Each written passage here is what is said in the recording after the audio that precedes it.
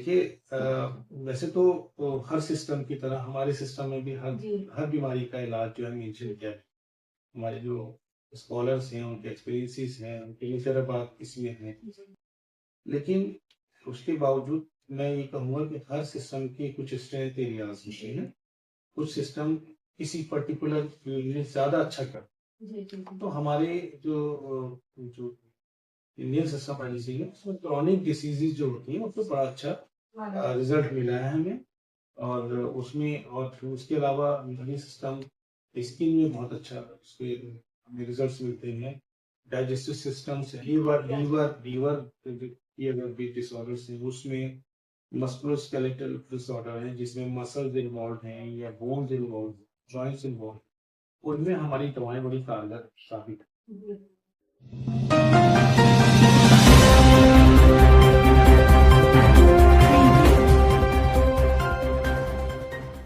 नमस्कार, मैं साक्षी गौतम और आप देखना शुरू कर चुके हैं साक्षी का बयान। आज मैं यहाँ आरएमएल हॉस्पिटल के यूनानी यूनिट में हूँ और मेरे साथ में इस यूनिट के इंचार्ज डॉक्टर अब्दुल रहीम हैं। हम जानते हैं इनसे कि यूनानी पद्धति की विस्तार यात्रा कैसे शुरू होती है। डॉक्टर साहब, आपका हमारे चैनल पर सबसे पहले बहुत बहुत स्वागत है। डॉक्टर साहब, यूनानी पद्धति क्या है और इसकी शुरुआत कब से आप मानते हैं? यूनानी पद्धति एक एंशियंट साइंस है जी। जिसकी शुरुआत हिप्पोक्रेट जो फादर ऑफ मेडिसिन है, जी। एलोपैथिक के भी फादर ऑफ मेडिसिन है, उनके द्वारा हुई। उन्होंने उन्हीं का विजन था कि ये जो हेल्थ केयर सिस्टम है इसको और लोगों तक भी जाना चाहिए जी। और लोग भी इसमें प्रैक्टिस करें। तो उस जमाने से जो उस जमाने की रीड थी कि नहीं, प्लीज ही इलाज कर लिए और कोई नहीं कर सकता है, तो उन्होंने उसको तोड़ते हुए और लोगों को भी गुरु शिष्य परंपरा के तहत जो है जोड़ा और एक स्कूल बनाया उन्होंने ताकि और लोग भी इसमें इस पद्धति को सीखें और आगे जाके इसको लोगों की मदद करें, हेल्प। जी। तो यात्रा, विकास यात्रा भारत में क्या कैसे होती है? जैसे मैंने बताया कि इसका ओरिजिन तो ग्रीस में था, जो इसके नाम से भी जाहिर हो रहा है। इसको यूनानी सिस्टम मेडिसिन कहते हैं और उसी के नाम पर जो है इसको मतलब ग्रीस के नाम पर, ग्रीस का दूसरा नाम यूनानी है, तो यूनानी सिस्टम इसीलिए कहते हैं इसको। और उसके बाद इसकी यात्रा जो है बहुत सारे कंट्रीज में जो है इसको मतलब प्रचार होता है, इसका लोग एक्सेप्ट करते हैं। तो ये मिडिल ईस्ट में सबसे ज्यादा जो मतलब परवान चढ़ी। वहाँ के जो स्कॉलर्स थे उन्होंने अपनी बुक्स में इसको ट्रांसलेट किया, इसके पूरे ग्रीक जो सिस्टम था उसको ट्रांसलेट किया, उस पर रिसर्च की, उसमें अपने नॉलेज को ऐड किया और ये काफी वहाँ पे फ्लरिश हुई, बहुत ज्यादा इसको तरक्की मिली। और उसके बाद जो है फिर ये माइग्रेट होके इंडिया में आई। जब मुगल यहाँ पर आए, उन्होंने वहाँ राज किया, मुगल वहाँ के फिजिशियन को साथ लेकर आए। यहाँ आयुर्वेद प्रैक्टिस होती थी, तो ये वहाँ से जो है फिजिशियन है उनको हकीम कहते थे। जी, जी, जी। यहाँ वैद थे। यहाँ पर वो दोनों सिस्टम ने मिलके एक दूसरे को अप्रिशिएट भी किया, एक दूसरे को एक्सेप्ट भी किया और एक दूसरे की हेल्प भी की कि कुछ चीजें जो हमारी सिस्टम में थी वहाँ पे प्रैक्टिस की जाने लगी, कुछ वहाँ की हमारे यहाँ एब्जॉर्ब हो गई। तो इस तरह से ये दो सिस्टम जो है साथ साथ आगे बढ़े और आज ये दो सिस्टम नहीं, बाकी और भी कई सिस्टम, 5-6 सिस्टम नहीं मिला के, ये सब मिनिस्ट्री ऑफ आयुष के अंडर में सब आते हैं और गवर्नमेंट ने इनको बाकायदा रिकॉग्नाइज किया है और इनको सपोर्ट किया है, पैट्रोनेज दिया है और आज जो है हमारा देश बाकी सिस्टम के साथ साथ यूनानी सिस्टम को भी लीड कर। Okay, okay. डॉक्टर साहब, आप आपकी क्लिनिक यूनिट में किस तरह के पेशेंट्स ज्यादा आते हैं? देखिए वैसे तो हर सिस्टम की तरह हमारे सिस्टम में भी हर बीमारी का इलाज जो है मेंशन किया है। हमारे जो स्कॉलर्स हैं, उनके एक्सपीरियंसेस हैं, उनके तजर्बात इसमें हैं। लेकिन उसके बावजूद मैं ये कहूँगा कि हर सिस्टम के कुछ स्ट्रेंथ एरियाज होते हैं। कुछ सिस्टम किसी पर्टिकुलर फील्ड में ज्यादा अच्छा कर। तो हमारे जो इंडियन सिस्टम पॉलिसी है उसमें क्रॉनिक डिसीजेज जो होती हैं उसमें बड़ा अच्छा रिजल्ट मिला है हमें। और उसमें और फिर उसके अलावा इम्यून सिस्टम स्किन में बहुत अच्छा उसके रिजल्ट्स मिलते हैं। डाइजेस्टिव सिस्टम्स है, किडनी लीवर की अगर भी डिसऑर्डर्स हैं उसमें, मस्कुलोस्केलेटल डिसऑर्डर है जिसमें मसल्स इन्वॉल्व हैं या बोन्स इन्वॉल्व, जॉइंट्स इन्वॉल्व, उनमें हमारी दवाएं बड़ी कारगर साबित हैं। मतलब कहने का मतलब क्रॉनिक डिसीज का है जो लंबे चलती हैं दवाइयाँ। वैसे तो हम यहाँ पे खांसी, नजला और बुखार सब चीजों का इलाज करते हैं। जी जी जी। लेकिन सर इंडिया में कितने यूनानी के यूनिट हैं, कितने कॉलेजेस हैं और कितनी इसकी यूनिवर्सिटियां हैं? मिनिस्ट्री ऑफ आयुष जो है जी वो एजुकेशन को रेगुलेट करता है। उसके अंदर में यूनानी के मोर देन 53 कॉलेज है, करीबन कॉलेज से ज्यादा college All over India. All over India. जी इसके अलावा वो रिसर्च पर ये करता है, रिसर्च का के जरिए उसमें कई तरह से काम हो रहा है, जैसे कोलैबोरेटिव स्टडीज हो रही हैं, टर्शियरी हॉस्पिटल्स के साथ मिलकर काम हो रहा है, यूनानी में आयुर्वेद सारे सिस्टम ये जो हमारे जो मैनाकारी डॉक्टर्स हैं टर्शियरी हॉस्पिटल्स में वो अपने प्रोजेक्ट सबमिट करते हैं और वो यूनानी की या आयुर्वेद की दवाओं पर काम करते हैं। इसी तरह से जो मेडिसिनल प्लांट हैं उन पर काम हो रहा है, ड्रग को स्टैंडर्डाइज किया जा रहा है, नेशनल फॉर्मूलेरी डेवलप की जा रही है, WHO के कुछ प्रोजेक्ट्स हैं, WHO के साथ मिलकर काम किया जा रहा है, काम इस लेवल पर हो। लेकिन इसके साथ साथ जो है हमारे मिनिस्ट्री ऑफ आयुष ने अलग अलग काउंसिल्स हर सिस्टम की बनाई। तो ये जो सेंटर है ये एक को लोकेशन सेंटर है जो रीजनल रिसर्च इंस्टीट्यूट ऑफ यूनानी मेडिसिन के अंदर में है। तो हमारी काउंसिल के ऑल तकरीबन सब स्टेट्स में सेंटर्स हैं।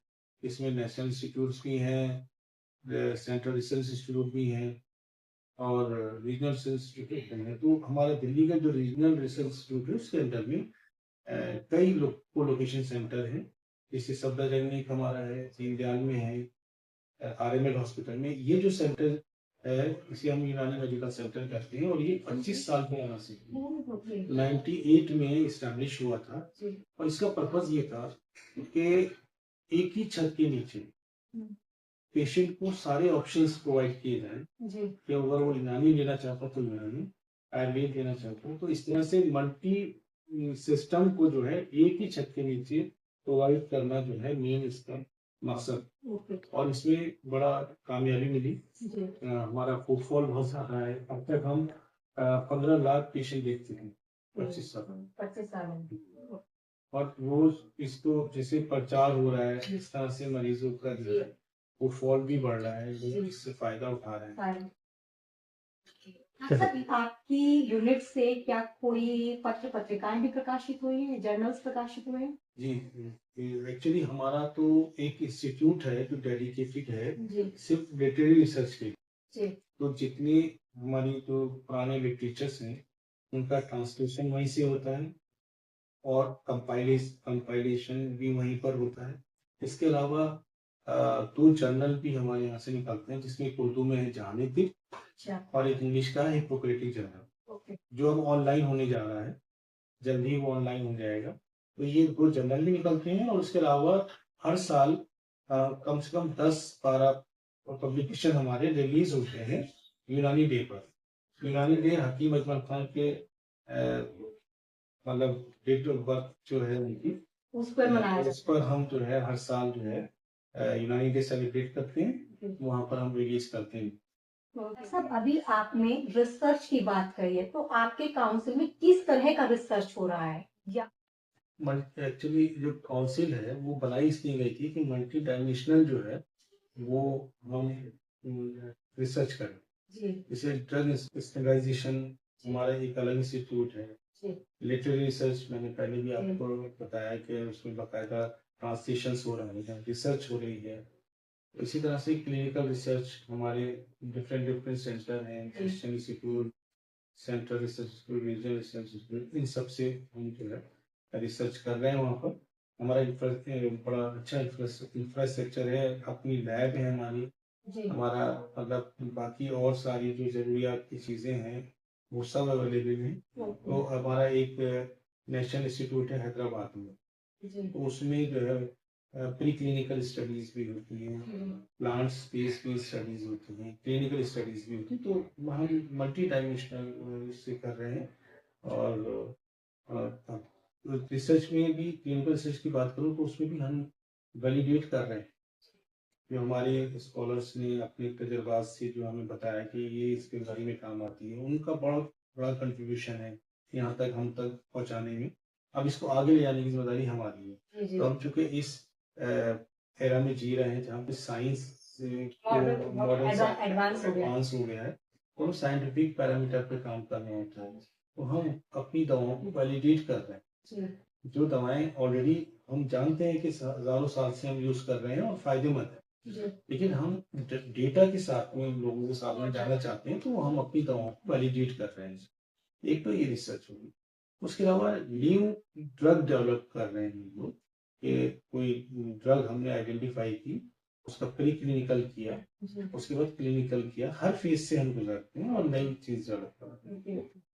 अच्छा डॉक्टर साहब, आपके यहाँ कपिन्स की भी बात आई, आपने कि कहा भी था कि यूनानी पर हम कुछ डिसीज में कपिन्स भी देते हैं, तो ऐसी कौन कौन सी डिसीज है जो कपिन्स में दी जाती है? देखिए, अगर मैं लिटरेचर की बात करूं तो उसमें काफी सारी डिसीज पर जो है कपिंग के बारे में कहा है।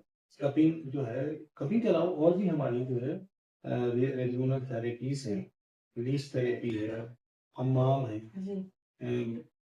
और अलग अलग और भी हैं। तो चूंकि सेटअप के हिसाब से सबसे चीजें तो हम यहाँ नहीं कर सकते, तो हमने शुरुआत करी थी कपिंग से। कपिंग भी डिफरेंट डिफरेंट होती है, जैसे ड्राई कपिंग हो गई, फायर कपिंग हो गई, मसाज कपिंग हो गई, वेट कपिंग। इसको एक्चुअली हिजामा इसका एक्चुअली नाम। तो ये कब अभी हमने चूंकि इनिशिएट तो किया ड्राई कपिंग से, अभी हम मसाज कपिंग कर रहे हैं, उससे भी काफी अच्छा रेस्पॉन्स है। इसके बाद हमने हमारे सेंटर से कुछ हमने प्रोजेक्ट जो है डेवलप किए हैं, उसके अप्रूवल के लिए भेजा है। अगर वो हो जाते हैं तो उसमें शियाटिका का एक प्रोजेक्ट है जो हम फिजियोथेरेपी डिपार्टमेंट के साथ मिलकर करेंगे। उसमें हम वेट कपिंग करेंगे शियाटिका के केसेस। तो हम अपने आप को न सिर्फ हम हेल्थ केयर प्रोवाइड कर रहे हैं लोगों को, हम रिसर्च में भी अपने इन्वॉल्व कर रहे हैं। आज मैं यहाँ पर डॉक्टर राम मनोहर लोहिया हॉस्पिटल के यूनानी मेडिकल सेंटर में आई। यहाँ डॉक्टर साहब से बातचीत करने से पता चला कि यहाँ का यूनानी मेडिकल सेंटर 25 वर्ष पुराना है। यूनानी पद्धति में जिन मरीजों को दर्द की शिकायत होती है, उन मरीजों को यहाँ पर दवा के साथ कपिन से भी इलाज किया जाता है। डॉक्टर राम मनोहर लोहिया हॉस्पिटल के अलावा दीनदयाल उपाध्याय व सफदरजंग हॉस्पिटल में भी यूनानी मेडिकल सेंटर है, जहां एलर्जी, हेपेटाइटिस बी, लीवर जैसी अनेक बीमारियों के लिए इलाज के साथ निःशुल्क दवाइयां भी मिलती हैं। साथियों, आपको हमारी ये यूनानी पद्धति पर चर्चा कैसी लगी, हमें नीचे दिए गए कमेंट्स बॉक्स में लिखकर ज़रूर बताएं। मिलते हैं फिर हम एक नई इसी तरह की चर्चा के साथ। तब तक के लिए आप मुझे दीजिए इजाज़त।